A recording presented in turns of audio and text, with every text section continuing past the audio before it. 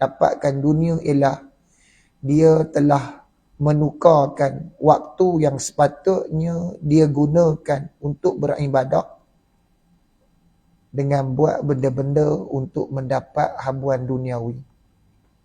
Siang kita tahu dah kita dah bekerja, bertungkuh lumbur cari nafkah. Tiba-tiba malam, solat berjamaah, ada majlis-majlis ilmu. Masih lagi kita mengelak untuk kita buat apa-apa yang berkait dengan tujuan duniawi. Itu juga kata ulama di antara ciri-ciri orang yang sanggup menukarkan agamanya dengan dunia. Kita telah masuk bulan Rabiul Awal, bulan kelahiran baginda Nabi SAW. Pada malam ini kita akan melihat tajuk Rasul dan konspirasi orang kafir. Buku surat 61 kitab yang ditulis oleh almarhum Dr. Fathai Yakan, Qawaribun Najah fi Hayatid Du'at. Bahtera penyelamat dalam kehidupan seorang pendakwa. Rasul dan konspirasi orang kafir. Di kulli nabi adu. Bagi setiap nabi itu ada musuh. Jadi kita tak pelik lah tuan-tuan. Kalau ada orang yang tak suka kat kita. Yang kita pelik kalau kita ni jahat tapi kita tak ada kawan baik. Tu kita takut.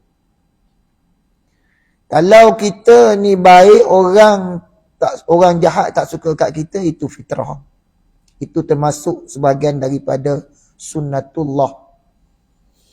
Kerana dalam buat kerja-kerja dakwah ini, Rasul yang datang diutuskan oleh Allah ini untuk mengajar agama. Nabi datang ni bukan nak ajar dunia tuan-tuan. Dunia ni manusia reti sendiri. Duduk dalam rumah pun kita ni boleh dapatkan dunia. Boleh jual online. Boleh promote produk kita duduk depan komputer ya. Jualan kita hebat. Kita buat dunia ni, Nabi tak diutuskan untuk mengajar berkait dengan kita nak cari makan keperluan dunia. Sebab tu ada kajian yang menyatakan bahawa 20% saja daripada bilioner terkenal di dunia ni yang mengaji sampai universiti. 80% orang kaya kat dunia ni bilioner tak masuk universiti pun. Artinya tuan-tuan, dia reti mudah ya belajar nak jadi kaya ni. Tapi agama tak boleh. Dia mesti ada guru. Dia tak terhenti sampai ke universiti. Agama ni kena belajar, kalau tak ada guru dia akan jadi sesat. Muslimin muslimat sidang jemaah yang dirahmati Allah, kata almarhum Dr. Fathai Yakan, sebenarnya apa yang menjadi penanggungan Rasulullah sallallahu alaihi wasallam banyak sekali tuan-tuan. Banyak yang Nabi hadapi. Orang kafir ni dia bukan bergerak secara solo. Dia bergerak secara kolektif. Itu dia panggil sebagai konspirasi. Dia ada buat perancangan yang tersusun. Dan melibatkan kelompok ataupun jumlah yang banyak. Ingat tuan-tuan, orang kafir ni tak kira lah siapa. Yahudi ke, Nasara ke, musyrikin ke, orang tak ada agama ke tuan-tuan. Al-kufru millatun wahidah. Kafir ni dia adalah milah yang satu saja. Musuh bagi orang kafir adalah Islam.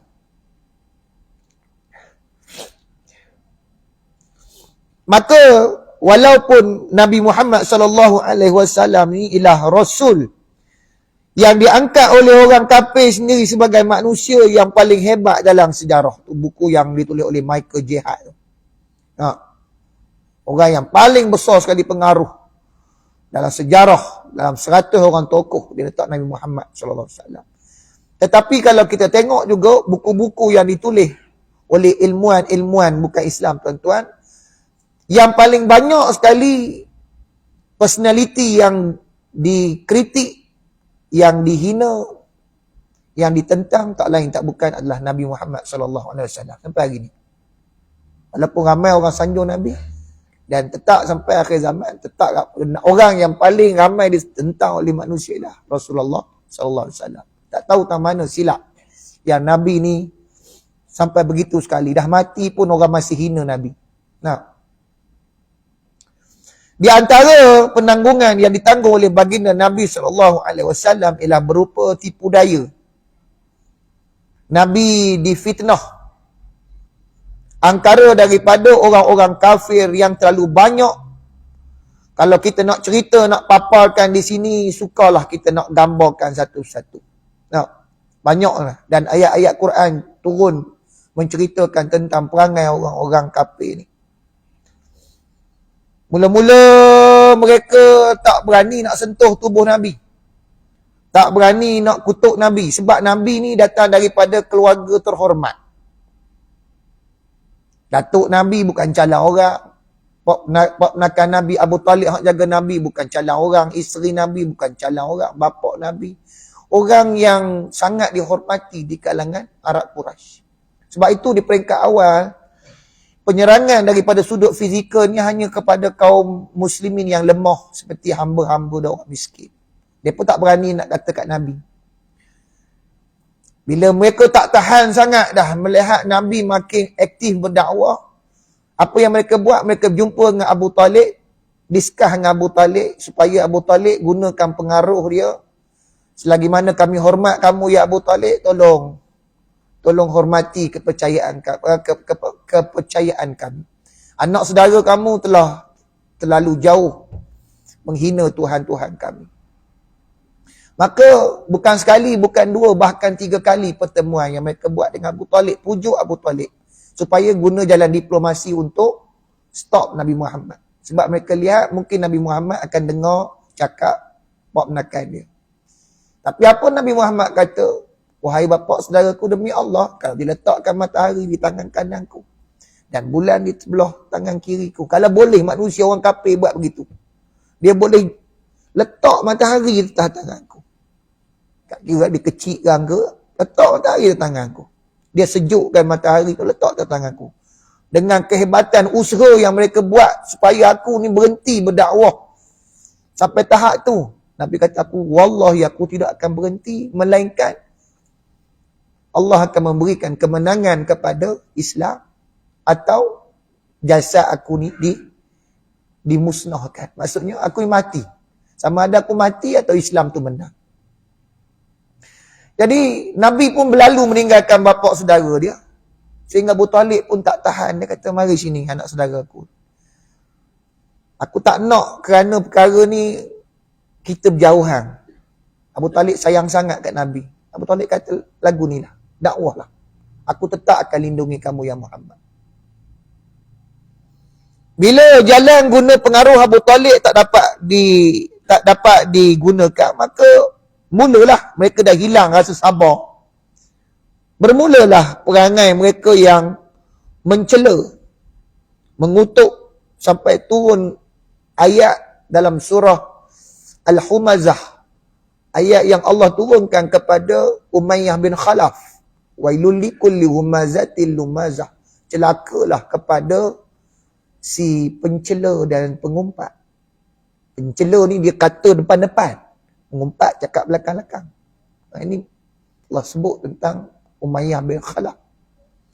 Begitu juga ada yang geram sampai putuskan terus hubungan kekeluargaan dengan Nabi. Walaupun duduk sebelah kiri rumah Nabi, berjiran. Kahwinkan 2 anaknya. Abu Lahab minta anaknya Utbah dan Utaibah. Ada kata Utbah dan Uqaibah. Uqbah dan Utbah dan Uqbah. Ada kata Utbah dan Utaibah. Yang mengahwini Ummul Kalsum dan mengahwini Ruqayyah, puteri Rasulullah. Diminta supaya cerai. Ceraikan. Putus hubungan. Habis semua jiran-jiran Nabi ni tuan-tuan membenci Rasulullah. Tuan-tuan cuba bayangkan macam mana kalau kita duduk dalam satu taman, habis semua jiran ni benci kat kita. Kalau dulu hormat. Abu Lahab sanggup ambil tahi binatang, baling kat pintu rumah Rasulullah. Sampai Nabi kata, beginikah caranya anak-anak Abu Manaf berjiran macam ni ke cara?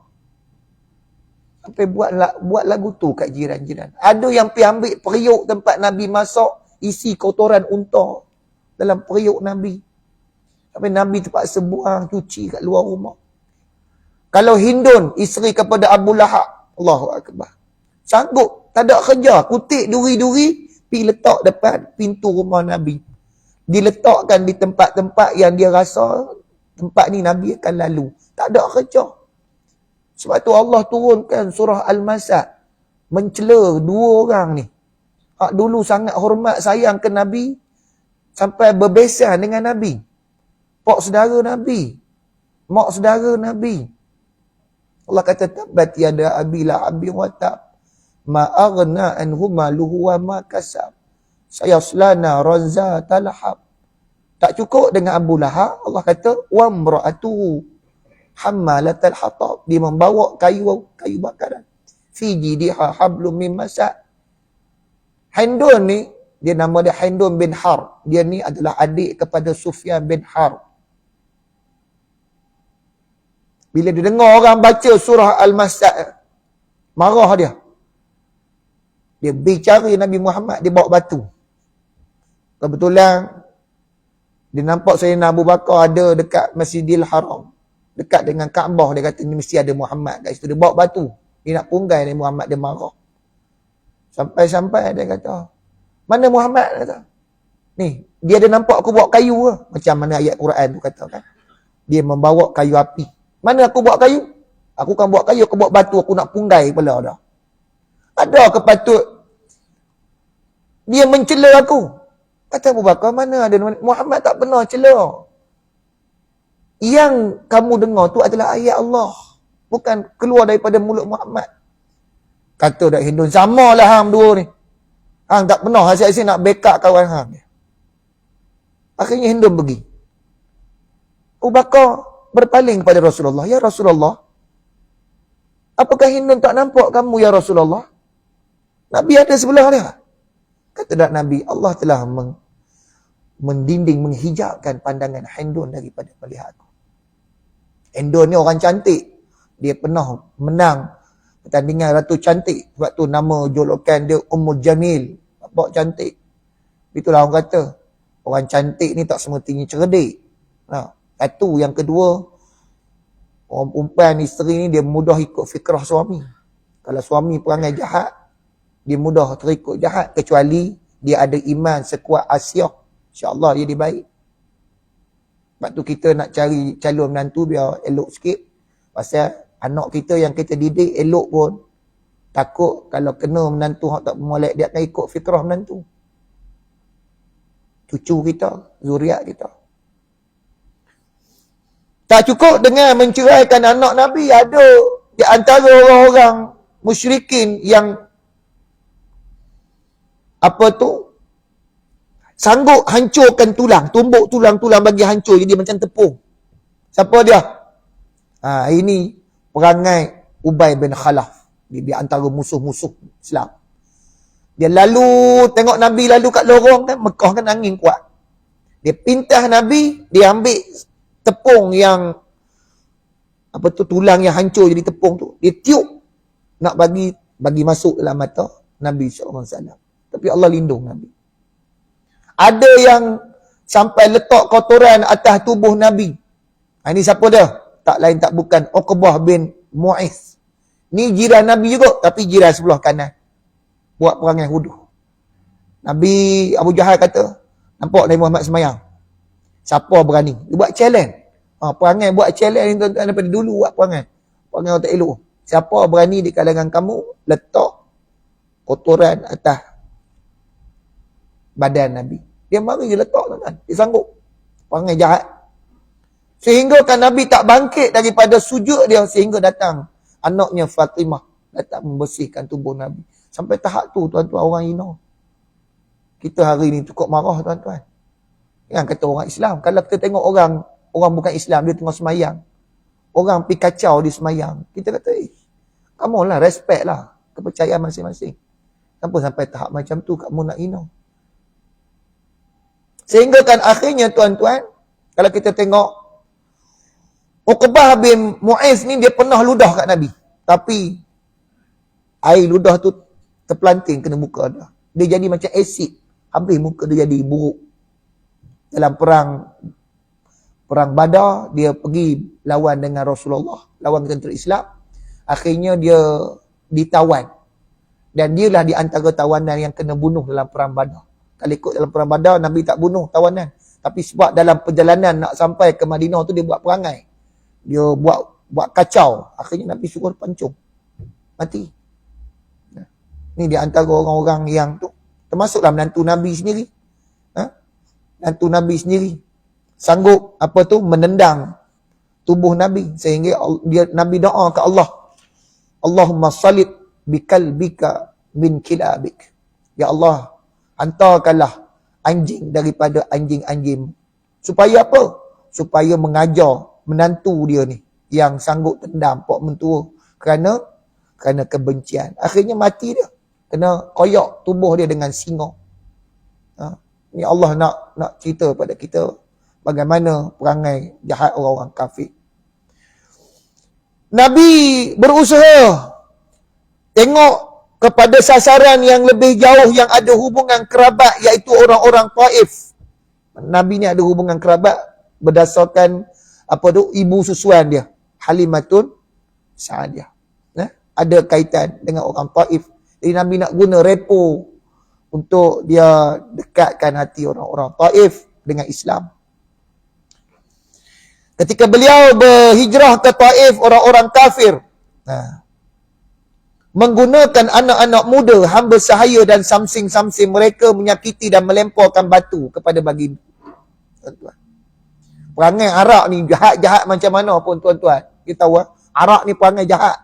Sebab tu perangai jahiliah. Tapi antara perangai yang masih baik ada pada orang Arab ni ialah sangat menghormati tetamu. Ini betul-betul menyalahi kebiasaan orang Arab. Bila Nabi datang berkunjung di sana, Nabi berjumpa dengan pemimpin-pemimpin Taif. Nabi kata, aku nak berdakwah pasal Islam.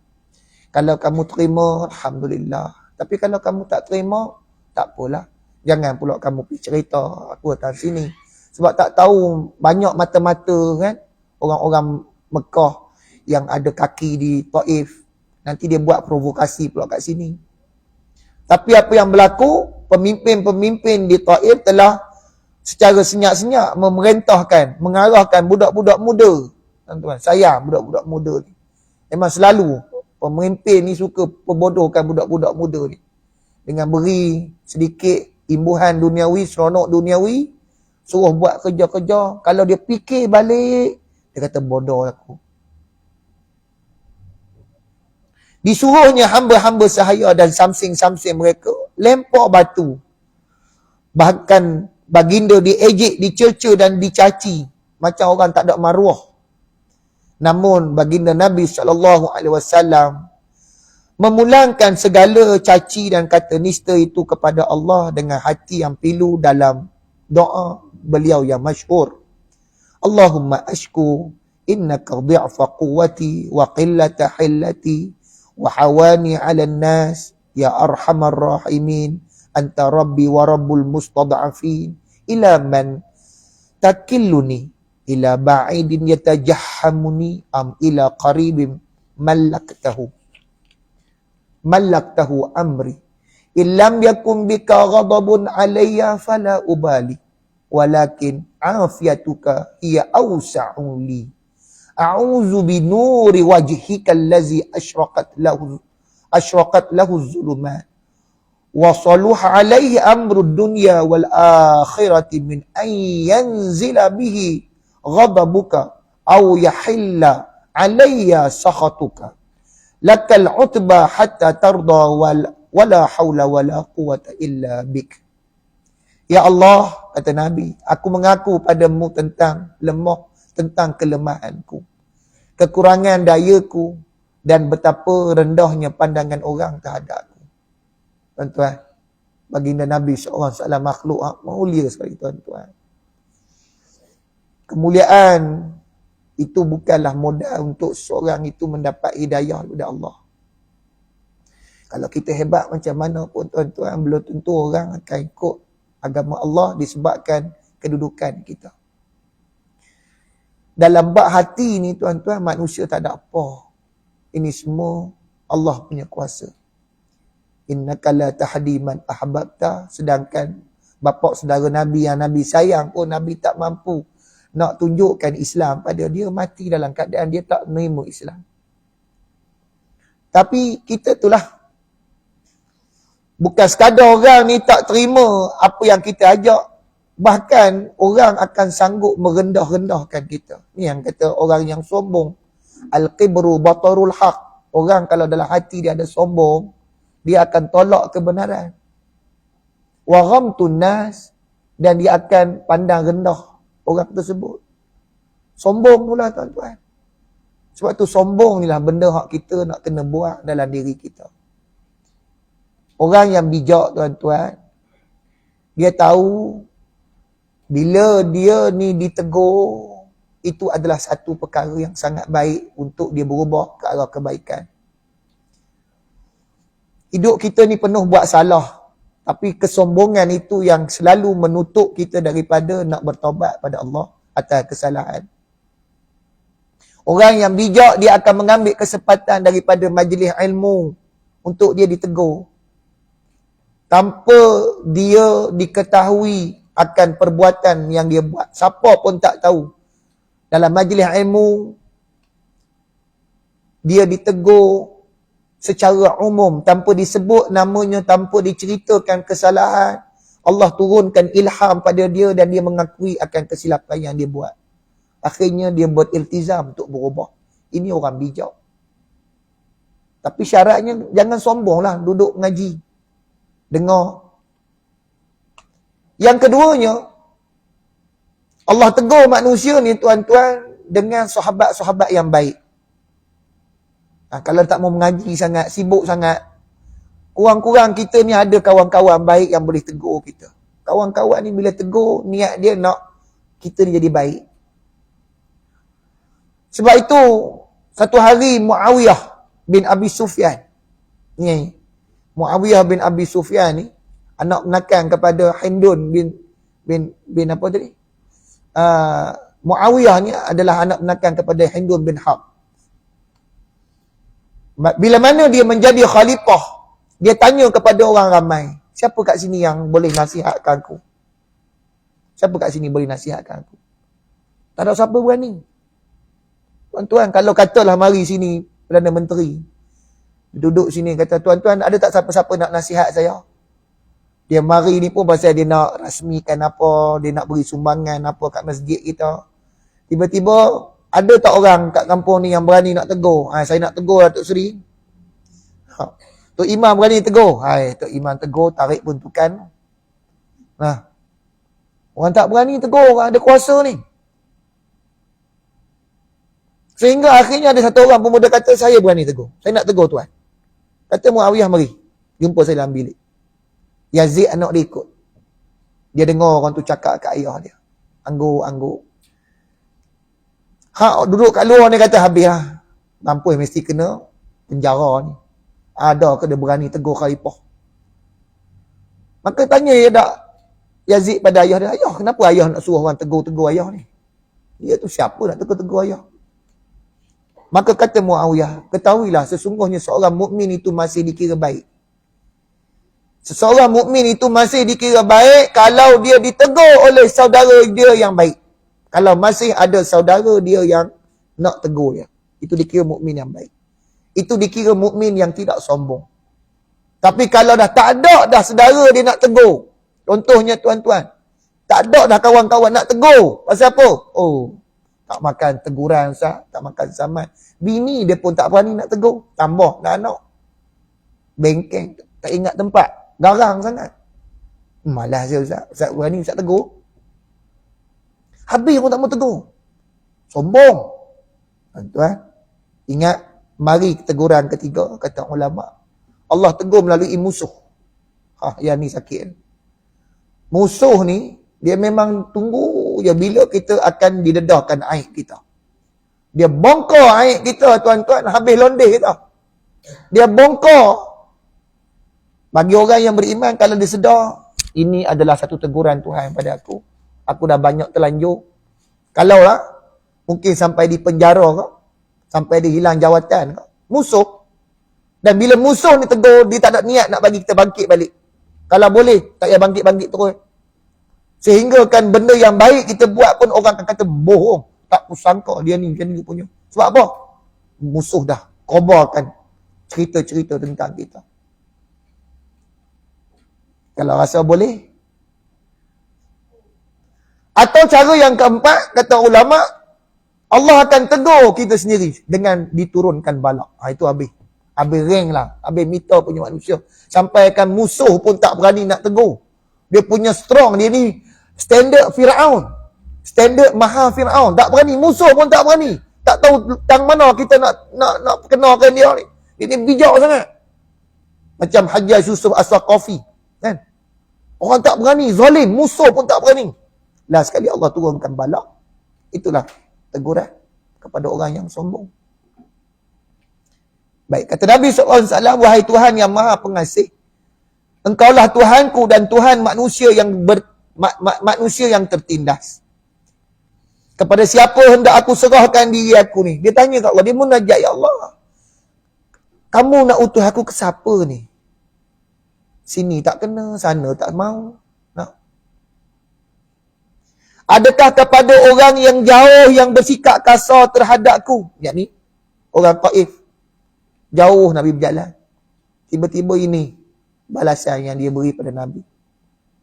Atau kepada kaum kerabat yang kau kurniakan kuasa kepadanya mengatasiku. Kaum kerabat aku sendiri dia guna kedudukan dia untuk tindas aku. Mereka sendiri yang memerangi aku. Pak saudara, adik-beradik aku. Tetapi kata Rasulullah, sekiranya engkau tidak memurkai aku. Dia kata. Nabi kata, ya Allah, asalkan kau tak marah kat aku, kau sayang pada aku, semua itu aku tak peduli. Nak, tak kisahlah nak hantar aku ke mana pun, tak kisah. Tuan-tuan, agama ni, dia bukan kerja, dia tanggungjawab. Sebab tu Nabi, dia tidak akan meninggalkan kaumnya sehingga Allah perintahkan dia meninggalkan kaum dia. Selagi tak sampai seruan, selagi tu dia tidak akan keluar, tidak akan berhijrah. Kita ambil contoh mudah Nabi Allah Yunus. Dia mendahului ketetapan Allah. Akhirnya Allah beri pengajaran pada Nabi Yunus.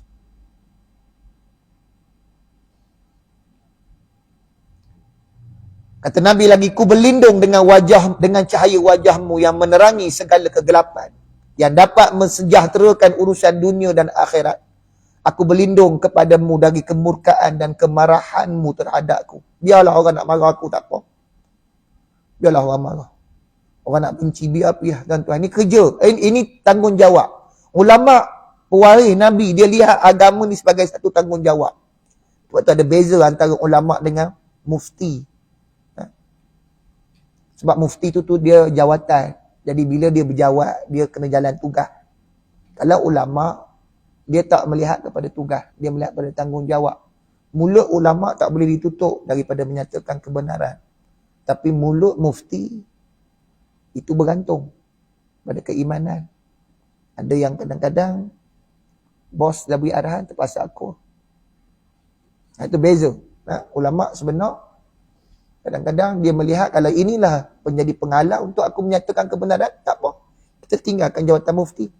Kita jadi orang yang boleh menegur. Teguran tak ditegur. Tak boleh tak tegur. Aku berlindung kepadamu daripada kemurkaan dan kemarahanmu terhadapku. Relakan aku atas segala-galanya. Hingga relalah aku atas segala-galanya. Hingga engkau merelakan aku. Tidak ada daya, tidak ada kekuatan melainkan dengan bersama. Baik, kita beri laluan kepada azan dan kita perhabiskan sikit.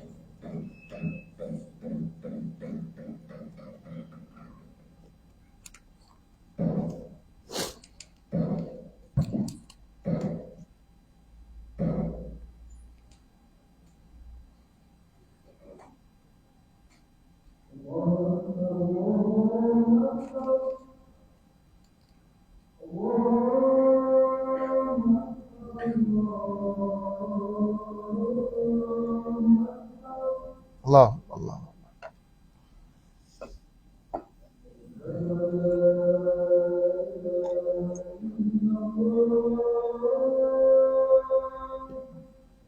Asyhadu an la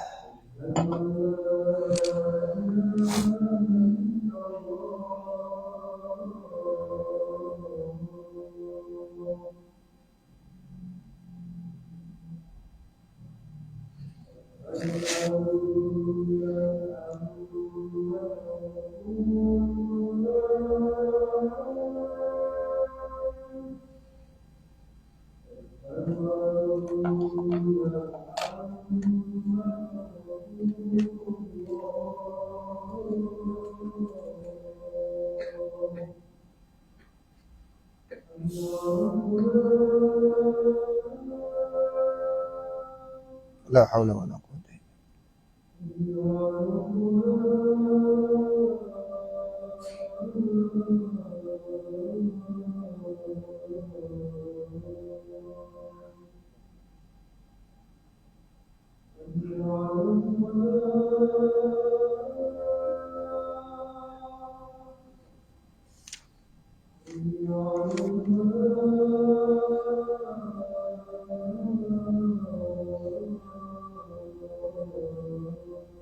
la haula wala quwwata illa billahil aliyyil azim.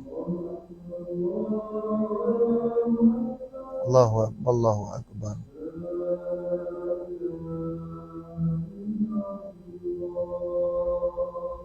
La ilaha illallah Muhammadar Rasulullah. Allahumma salli ala sayyidina Muhammad wa ala alihi wa sahbihi. Allahumma rabb hadhihi da'wati tammah salatan qamat sayyidina Muhammad. InsyaAllah tuan-tuan, kita ambil sikit lagi. Pada satu ketika sedang Rasulullah sallallahu alaihi wasallam berjalan, baginda berselisih dengan orang-orang musyrikin yang sedang duduk di Masjidil Haram. Tiba-tiba orang-orang musyrikin tersebut melompat bangun menghadang dan mengelilingi baginda. Mereka membentak, "Kaukah orang yang pernah berkata begini dan begitu?" Rasulullah sallallahu alaihi wasallam pun dengan penuh kepercayaan kepada dirinya menjawab, "Ya, akulah orang yang mengatakan demikian itu." Pada hari itu baginda telah dipukul beramai-ramai oleh orang kafir. Kalaulah tidak dengan takdir Allah, Abu Bakar radhiyallahu anhu datang meleraikan mereka, nescaya baginda mungkin mati dikeronyok oleh orang-orang musyrikin tersebut. Ini satu kisah tuan-tuan, bagaimana Sayyidina Abu Bakar dicari Nabi, tiba-tiba dia nampak orang tengah pukul Nabi. Tuan-tuan, baginda Nabi SAW, Nabi ni ada bodyguard. Sebelum Allah turunkan ayat yang menyatakan bahawa Allah datangkan bodyguard untuk selamatkan baginda ni, ada beberapa orang sahabat yang jadi bodyguard Nabi. Baik. Nabi ni tuan-tuan, bila dalam buat kerja-kerja dakwah, Nabi takkan balas kalau orang nak pukul Nabi. Nabi takkan balas. Sebab tu Hindun, bila dia mengadu dekat abang dia Sufyan, "Wahai Sufyan, kamu rela ke kalau adik kamu kena hina?" "Siapa yang hina kamu?" Dia cerita, "Muhammad hina aku gini." Sufyan masa tu belum masuk Islam lagi. Dia pergi ambil pedang, dia pergi nak pergi bunuh Nabi Muhammad. Lepas tu Hindun tunggu tak lama, lepas tu dia tengok abang dia balik tercungak-cungak, muka pucat. Dia kata, "Kenapa ni? Adakah kamu digeligan oleh kawan-kawan Nabi, Abu Bakar ke Umar ke?" Sampai ini, "Tak," dia kata. "Habis tu takkan kamu kena digan dengan Muhammad? Sebab Muhammad ni," kata Hindun, "dia tidak akan balas kalau orang pukul dia." Orang Arab pun tahu tuan-tuan. Abu Sufyan kata, "Aku macam mana nak pukul Nabi?" Kata, "Aku nampak ular yang besar, yang bila aku nak dekat dengan Nabi, ular tu nak telan aku." Tuan-tuan. Tapi ada ketikanya tuan-tuan, Allah izinkan perbuatan-perbuatan jahat ini terkena pada baginda Nabi SAW. Sehingga kan pada kali ini, Samsing ni pukul Nabi. Nasib baik, dia kata Sayyidina Abu Bakar datang. Ni di antaranya dah nak menunjuk betapa tingginya martabat Sayyidina Abu Bakar. Sayyidina Abu Bakar ni, dialah yang menjadi pendinding daripada tubuh Nabi Muhammad, terus dipukul. Sampai kan dia pensan, diusung sehingga beberapa hari dia tak bangun. Koma, kita kata lah, koma kena pukul. Bangkit saja, mata celik, dia tanya kepada mak dia, "Muhammad lagu mana?" Mak dia marah. Macam nak separuh mampu je dah, duk tanya Muhammad lagi. Begitulah tuan-tuan, sifat Sayyidina Abu Bakar ni. Lepas tu kadang-kadang ulama-ulama ni pun kena ada bodyguard. Orang-orang nakal ni banyak. Macam baru ni kita tengok tuan-tuan satu video tular tu. Ustaz Azhar Idrus Ustaz Azhar Idrus. Ini nak cerita budak-budak sekarang ni tuan-tuan. Ada bodyguard belakang tu. Tapi budak-budak sekarang ni nak buat konten macam-macam tuan-tuan. Ada orang pegang janggut. Pegang janggut. Tak ada tuan-tuan. Sebab dia pegang tu kalau dia tarik. Tak ada. Dalam kesempatan yang lain ketika mana beberapa kumpulan umat Islam mula berhijrah ke Madinah sebagai merintis jalan hijrah Rasulullah sallallahu alaihi wasallam ke Madinah, orang-orang musyrikin telah mengadakan satu pertemuan di Darun Nadwah. Kita habiskan dengan kisah ni. Okey, pertemuan di Darun Nadwah. Darun Nadwah ni macam parlimen lah, tuan-tuan. Orang jahat ni kumpul sana. Kepala Abu Jahal. Dalam pertemuan tersebut mereka duk fikirlah apa mana kita nak buat Muhammad ni. Sehingga dikatakan macam-macam keluar cadangan. Cadangan pertama dia kata kita tangkap Muhammad ni, kita ikat penjara dia. Tapi ketika dalam mesyuarat tu ada satu orang lelaki-lelaki tua. Orang tak biasa tengok siapa orang tua ni. Duk masuk juga dalam mesyuarat. Macam dulu lah tuan-tuan nak. Ingat dulu masa parlimen mula-mula dulu hak bersidang tu. Ada lelaki-lelaki pelak tu. Macam tu lah kot. Rupanya Iblis tuan-tuan. Dia masuk dalam sidang ni. Dia dengar je apa orang nak mesyuarat. So siapa? Dia nak merencanakan makar dia kepada Rasulullah. Tapi dia tak boleh keluar daripada mulut dia. Kejahatan Iblis ni tak boleh keluar daripada mulut dia. Dia hanya boleh bisik dan ia boleh mengiyakan dia. Dia jangan keluar daripada mulut dia. Tidak orang akan letakkan kesalahan pada dia. Keluar cadangan pertama, kita tangkap Muhammad ni, kita penjarakan dia, ikat dia. Tapi Iblis kata, tak boleh kata. Kalau mu tangkap, mu ikat dia kata. Nanti akan ada pengikut-pengikut, ada beranak dia akan kesian dan dia akan lepaskan Muhammad nanti. Mari cadangan kedua. Kalau gitu kita bunuhlah, senang cerita. Serabut perut, bunuh terus. Kata dah Iblis, kalau mu bunuh, payah. Pasal nanti kaum keluarga dia akan bangkit lawan. Akan perang pula kamu dengan kaum keluarga dia. Tak boleh jadi juga. Mari cadangan ketiga. Kalau kita tangkap dia, kita buang dia. Hantar dia ke mana? Ke luar tu. Hantarlah ke Madinah, ke mana? Ke Syam ke. Jangan serabut kat kita. Kata dah Iblis, tu pun bahaya. Pasal Muhammad ni pandai cakap. Bila dia bercakap, orang suka dengar. Silat-silat esok dia kumpul kekuatan. Dah cukup kekuatan, dia serang balik kita kat sini. Tu pun tak boleh jadi. Lama senyap, tiba-tiba Abu Jahal keluar ayat. Kalau begitu aku cadang, kita bunuh Muhammad. Tapi caranya, kita lantik setiap kabilah ni hantar seorang wakil. Kita pakat seorang ni kita pakat cincang. Bagi darah ni biar kena. Darah Muhammad ni biar kena kat pedang masing-masing. Jadi semua kabilah bertanggungjawab atas kematian Muhammad. Jadi Bani Hashim tak boleh nak salahkan mana-mana. Takkan dia nak serang semua kabilah. Maka dia kata, lepas tu kita bayar dia. Kita minta maaf, bayar dia.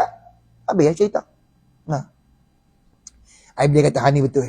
Ini bijak. Tuan-tuan. Iblis.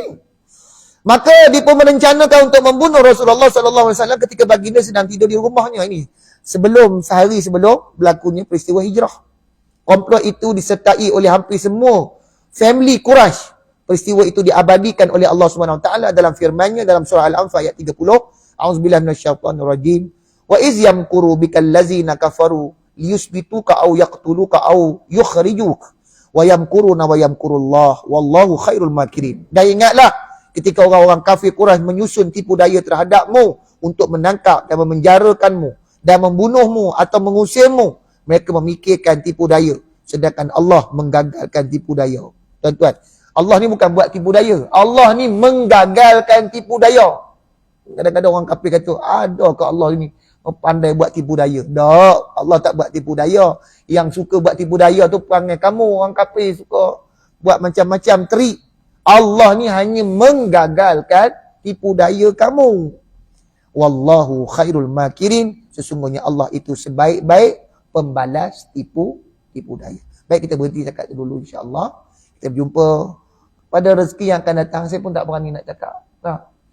Bila tarikh saya sama ni tuan-tuan, ada rezeki kita berjumpa lagi insya-Allah, sambung lagi tentang perbahasan bagaimana Rasulullah sallallahu alaihi wasallam menjadi mangsa konspirasi orang-orang kafir yang amat membenci dakwah yang dibuat oleh baginda Nabi sallallahu alaihi wasallam. Jangan kita lemah dalam berdakwah. Ingat, dakwah ini adalah tanggungjawab, bukan kerja. Sebagaimana seorang ibu walaupun buta, dia tetap masak untuk anak-anak dia. Bukan dia melihat masak tu sebagai kerja, tapi dia melihat masak tu sebagai tanggungjawab dia pada anak-anak.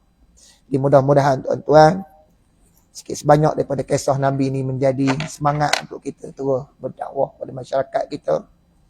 Sikit sangat apa yang Allah uji kita, sikit sangat tuan-tuan. Jauh nak bandingkan dengan Rasulullah sallallahu alaihi wasallam. Semoga Allah merahmati hidup kita, memberikan kepada kita kasih sayang, hubungan yang baik serta syafaat daripada baginda Nabi sallallahu alaihi wasallam dunia sampai akhirat insya-Allah. Wabillahi taufiq wal hidayah. Assalamualaikum warahmatullahi taala wabarakatuh. Auzubillahi minasyaitonir rajim. Bismillahirrahmanirrahim. Alhamdulillah wassalatu wassalamu ala asyrafil anbiya'i wal mursalin sayyidina Muhammad wa ala alihi washabbihi ajma'in. Allahumma arinal haqqa haqqan warzuqna ittiba'ah wa arinal batila batilan warzuqna ijtinabah. Allahumma ja'al jam'ana hadza jam'an marhuma wa tafarraqana min ba'dihi tafarruqan ma'suma. Sallallahu alaihi wasallam Muhammad wa ala alihi wasallam. Walhamdulillahirabbil alamin.